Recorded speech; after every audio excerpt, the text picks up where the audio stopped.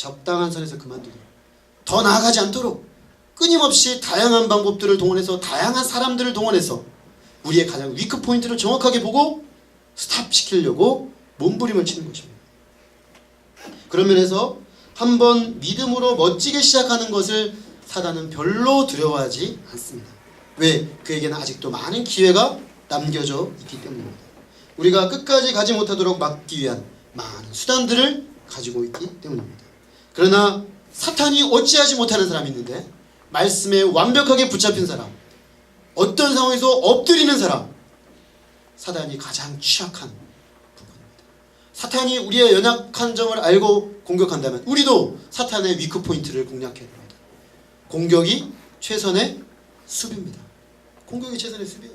그럼 가장 공세적인 우리의 신앙생활이 뭐냐? 말씀 앞에 가서 붙잡히는 거, 말씀이 날 사로잡도록 나를 내어드리는 거예요. 안 될 때 엎드리는 거예요. 사단이 어찌하지 못합니다. 왜? 성령의 강력한 능력과 보호하는 싸개가 그 사람을 붙잡기 때문에 그렇습니다. 결국 우리가 말씀에 붙잡히고 기도로 보이지 않는 하나님을 만나며 그분의 힘을 공급받을 때 두려움을 이깁니다. 낙심하는 상황을 이깁니다. 타협안을 이기고 하나님의 말씀대로 전진합니다. 그래야 마침내 인내로 끝까지 견뎌서 그 믿음의 승리를 보기까지 전진하는 것입니다. 제가 말씀을 준비하면서 가만히 생각을 해봤습니다. 나의 믿음의 삶에 있어서 지금 나는 어떤 싸움을 하고 있는가? 나는 어떤 싸움을 싸우면서 지금까지 왔는가? 돌이켜보니까 참 하나님의 은혜다라는 생각이 많이 들어요. 왜냐면 초기에 저는 사람을 되게 좋아하는 사람이고 사람의 말에 굉장히 영향을 많이 받는 사람인데, 동문 선배들, 또 저에게는 제가 예수님 믿기 전까지 제가 인생을 사는 목적이었던 우리 어머니가 정말 저 때문에 많이 우셨어요. 전화기를 붙잡고 많이 우셨어요. 꼭 그렇게까지 해야 되겠네. 사실 제가 이 세상에서 제일 무서워하는 분이 우리 어머니였어요. 우리 어머니 되게 무서웠어요. 우리 딸이 그 할머니한테 한 몇 달인가요? 2살인가? 갔다 왔는데 언젠가 엄마가 물었어요. 우리 지은이는 세상에서 누가 제일 무서워? 그랬더니 얘가 순번을 3번을 먹였어요. 1번 할머니, 2번 아빠. 아빠가 아닌가? 유치원 선생님이었나? 유치원 선생님. 3번이 아빠였나? 엄마가 충격을 받았어요. 순번에 없어요. 근데 제일 무서운 사람이 할머니. 근데 저도 어릴 때 우리 어머니가 너무너무 무서웠어요. 매우 엄격하셨거든요. 그래서 저는 어머니 앞에서 벌벌벌 떨면서 순종하고 그랬습니다. 그래서 대학생이 되고 나서 제가 주님을 믿고 저의 길을 가려고 할 때 한편으로는 어머니에 대한 연민, 한편으로는 어머니에 대한 두려움, 이게 이제 상존했어요. 어머님이 초기에는 강공책을 많이 쓰셨어요. 이 녀석! 그래 되겠냐? 그러시면서 그러면 저도 이제 좀 떨리죠. 근데 하나님을 알고 나니까 내가 우리 어머니를 사랑하고 또 한편 우리 어머니를 두려워하지만 우리 어머니도 그저 육신을 가지신 인간이다라는 것을 알게 되었어요. 연약한 분이다라는 걸 알게 됐어요. 두려움이 많이 없어지더라고요. 두려움이 없어지고 나니까 그 다음에는 어머니가 이게 안 통하는 걸 아시니까 읍소 작전은 아니었을 거예요. 아마 너무 마음이 힘드셔서 늘 눈물로 얘기하셨어요. 처음에는 선교사 안 나가면 안 되겠네. 제가 선교사 간다고 그랬거든요. 맨날 대학교 때 어머니 저를 그냥 내려놓으십시오. 저는 때가 되면 선교사로 나갑니다. 그렇게 알고 계시면 좋습니다. 늘 그래서 그랬거든요. 1년에 2번 가가지고 그러면 이제 어머니가 어떻게 다 좋다. 믿는 거 좋고 교회 생활 열심히 하는 거 다 좋은데 선교사만 안 나오면 안 되겠냐. 그건 좀 어렵겠습니다. 근데 어찌하다가 제가 선교사로 나가지 않고 풀타임 삶을 하게 됐어요. 어머니가 그러시더라고요. 풀타임만 안 하면 안 되겠니? 취직만 하면 딱 좋겠다. 다른 건 필요 없다. 네가 다 해라. 믿는 대로 다 하고 취직만 하면 좋겠다. 그렇게 얘기하시는 거예요. 제가 결혼을 해서 아내를 데려갔는데 우리 어머님이 제 아내를 따로 불러놓고 얘기하시는 거예요. 너만 믿는다. 그죠? 지금이라도 내가 모아놓은 돈을 다 내줄 테니까 고시 공부만 하게 해라. 네가 설득을 하면 되지 않겠냐. 나보다 더 골수인 걸 모르신 거예요. 작전 실패. 그리고 나서는 이제 제가 목회 길을 가니까 그러시더라고요. 제 목사 안수받는 그때 오셔서 이제는 취직하기는 어렵겠지? 그러시더라고요. 그게 그렇게 어려우신 거예요. 어머니에게는. 너무나 어려우신. 힘들게 내가 정말 소망을 두고 세상에 어떤 뭔가를 할 수 있는 아이로 자랑거리로 키우고 싶었는데 하나님의 부르심을 받아 간다니까 너무 어려우셨던 거죠. 근데 저에게는 이게 너무나 힘든 시험이었어요. 제가 어머니를 너무 사랑하기 때문에. 이 세상에서 제가 가장 소중하게 생각하는 분이기 때문에. 우리 아버지 돌아가신 이후에 자기의 인생도 내려놓고 나를 위해 헌신하신 분이기 때문에 너무나 가슴 아픈 일이었어요. 그러나 참 돌이켜보니까 하나님이 같이 울면서도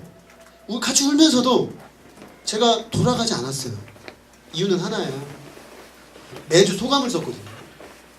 매주 소감을 쓰는데 목사님이 선포하신 말씀을 가지고 소감을 쓰다 보면 희한해요. 그 중에 엄마랑 했던 얘기가 그 말씀 중에 있어요.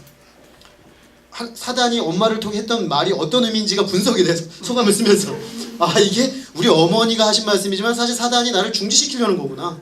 눈물 흘리면서 주의 뜻이 여기 있군요. 그러면서 이제 순종하는 거죠. 그럼 어머니 또 전화가 오면 사실 제가 전화를 한 번씩 드려요. 항상 매주. 또 전화하다 보면 또 갈 때 그러나 저는 돌이킬 수 없는 거죠.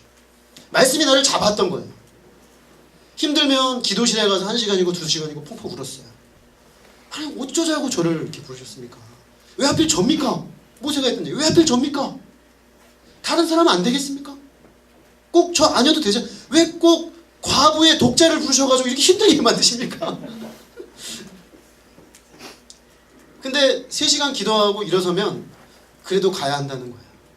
내 마음의 확증이에요. 성령의 그 음성은 가야 한다는 거예요. 그래서 간 거예요. 그래서 오다 보니까 여기까지 왔어요. 오다 보니까 참 이게 큰 은혜다 라는 생각을 해요. 이제 목회를 하면서도 많은 싸움들이 있었어요. 사람들을 세우는 싸움이죠. 사람들을 세우는 싸움이 결코 쉽지 않습니다. 하나님이 저를 이렇게 세우신 다음에는 마치 하나님이 모세를 통해 이스라엘 백성을 구원하듯이 한 영혼 주께로 구원하는 일에 저를 쓰시는데 이 싸움이 결코 쉽지 않더라고요. 왜? 내가 주님의 구원의 복음을 선물로 주려고 하지만 그 구원의 복음을 듣는 사람들은 결국 그걸 기뻐하지 않아요. 좋아하지 않아요. 사람들이 복음대로 살아가고 하면 안 좋아합니다. 그렇기 때문에 늘 씨름이 있었어요. 씨름. 눈물 나는 씨름들. 그만두고 싶은 마음들. 여기서 이 사람은 안 되겠다. 아니 여기서 끝내야겠다. 실제로 끝내려고 했어요. 근데 하나님이 말씀을 주셨어요. 그것도 제가 캠퍼스 사역 마무리 지려고 이제 끝내려고 하는데 그 해에 우리 김사무엘 목사님이 수술을 하셨어요. 수술을 하셔서 이게 뇌를 반을 이렇게 열었다가 닫으셨는데 바보가 됐다가 다시 돌아오셨어요. 완전 진짜 바보같이 되셨어요. 나도 못 알아보고 부인도 못 알아보고 애들도 못 알아보고. 근데 그분이 아무도 못 알아보는데 그러는 거예요. 병원에 중환자실에 갔는데 모든 단어를 다 잃어버렸는데 딱 한 단어를 기억하고 있어요. 예수님. 예수님. 예수님 그러시는 거예요. 우리 동역자들이 들어갔다가 다 펑펑 울고 나왔어요. 그리고 그분이 이제 뚜껑을 다 닫고 말이 다 돌아오셨는데 수련을 하는데 무슨 말씀을 전하냐면 죽으면 죽으리라를 전하셨어요. 내가 죽더라도 이 사명을 감당하다 죽겠다는 거예요. 제가 그만두려다가 끝내려다가 그분이 전하는 그 말씀 들으면서 다시 마음을 돌이켰어요. 그 말씀이 저를 잡은 거죠. 다시 시작한 거예요. 하나님이 다시 일하시고 행하시는 걸 봤어요. 내가 힘이 있어서 내가 능력이 있어서 여기까지 온 게 아니에요. 전 요즘 그런 생각을 합니다. 저가 요즘 생각하는 싸움은 한국교회예요. 한국교회. 한국교회가 침몰하는 배처럼 이렇게 세속에 물들어서 이렇게 침몰해 가고 있는데 탈출구를 내는 싸움을 하고 싶은데 이게 결코 만만치 않은 싸움이에요. 사실 엄두가 나지 않아요. 어디서부터 어떻게 시작해야 될지. 근데 주님이 말씀을 주세요. 말씀을 주세요. 역사를 읽다 보면 역사 속에서 뜨거운 동기부여를 주세요. 그래서 기도하면 힘들다고 말씀드리면 주님 내가 한다 그러세요. 내가 한다. 너는 따라만 와. 내가 한다. 내가 가는 방향으로 함께 가자. 그러세요. 그래서 주님이 하신다면 저도 가보겠습니다. 그래서 지금 한 발자국 한 발자국 가고 있어요. 굉장히 흥미진진한 일들이 앞으로 벌어질 거라고 저는 기대함이 있습니다. 그래서 결국에 우리가 믿음이라는 것이 무엇입니까? 멋지게 내가 주님 믿고 아멘 예수 그리스도 십자가 영접하고 시작하면 땡이 아니고 정말 주님이 나를 부르신 그 부르신 자리에 끝까지 반응하며 하나님이 마침내 생명의 열매를 맺으시기까지 결코 포기치 않고 주님이 우리가 소명이 마치는 그날까지 끝까지 가는 거예요. 그게 진정한 믿음의 승리입니다.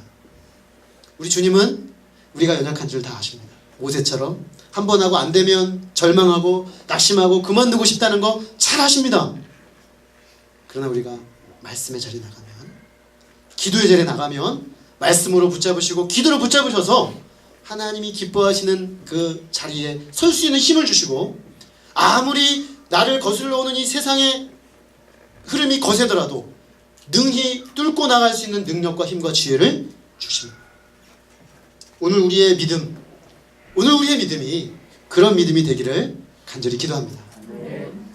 말씀으로 기도로 끝까지 견디는 믿음의 승리가 매일매일 우리의 삶에 나타나서 우리를 통해서도 모세처럼 내가 구원받고 끝이 아니라 나를 통해 또 다른 사람이 구원받고 또 다른 하나님의 나라 역사가 나타나는 그런 역사에 쓰임받는 우리 모두가 될 수 있기를 간절히 기도합니다. 기도하겠습니다. 하나님 아버지 감사합니다. 우리가 예수 그리스도의 십자가의 피 묻은 복음 때문에 이 믿음의 삶을 출발했습니다.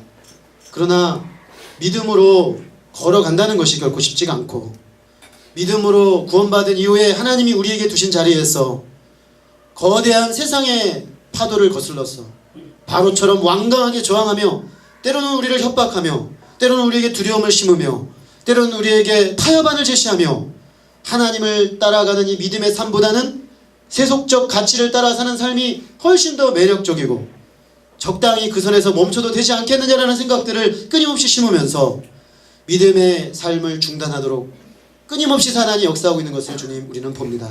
주님 그러나 오늘 말씀을 통해 우리가 용기를 얻는 것은 우리가 비록 연약하고 모세가 한번 시도했다가 더 큰 어려움을 겪고 그 누구도 호소할 수 없는 상황 속에서 하나님께 나아갔던 것처럼 주님 우리가 하나님께 나아가면 주님께서 우리에게 말씀하여 주시고 우리가 말씀을 붙잡고자 하면 그 말씀이 다시금 우리를 붙잡아서 기도로 우리를 붙잡아서 하나님이 기뻐하시는 그 자리로 계속해서 나아가도록 붙잡아 가신 줄로 믿습니다.